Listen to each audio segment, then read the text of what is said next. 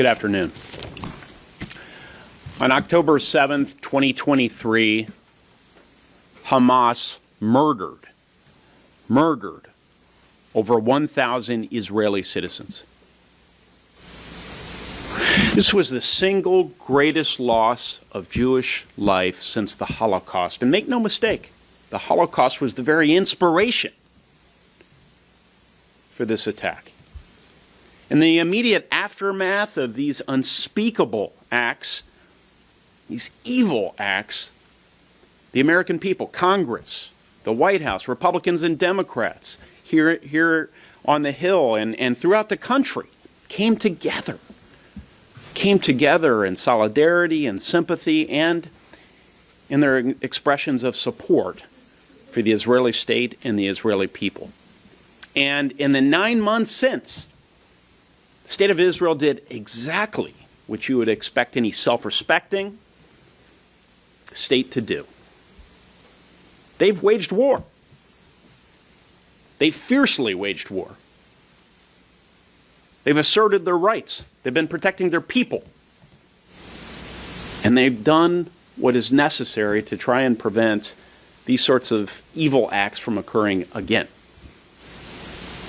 In the course of these efforts, these justified and understandable responses, they've been under fire from Iran, other proxies, and also from anti-Semites from around the world, including a handful in this country.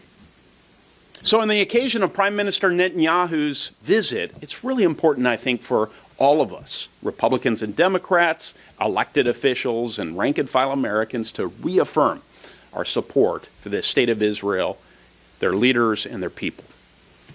We stood with our ally on October 7th, and we stand with her still today. The vast majority of Americans do. I can't speak for the Biden-Harris administration. I will say in the aftermath, the immediate aftermath of October 7th, many Republicans rightly praised the administration's response. They seemed to offer steadfast support for our ally. In the months since, however, we've seen that support wane. To use Margaret Thatcher's memorable phrase, we've perhaps seen things go a bit wobbly. This administration has withheld congressionally approved aid from the IDF. They've extended Hamas lifelines under the guise of peace plans. They've undermined Prime Minister Netanyahu and prioritized placating the radicals in its political base. We've seen President Biden be too slow again and say too little in the condemnation of anti-Israel and anti-Semitic mobs on our college campuses, while Vice President Harris, who I gather hasn't prioritized a visit from the Prime Minister of Israel in the middle of an existential war, Vice President Harris has spoken approvingly of these very mobs, of these elements. Former Israeli Prime Minister Golda Meir once told President Ford during a meeting in the Oval Office, "I will fight not to have Israel sacrificed to the good of mankind, because it would not be for the good of mankind." Half a century later, that fight goes on.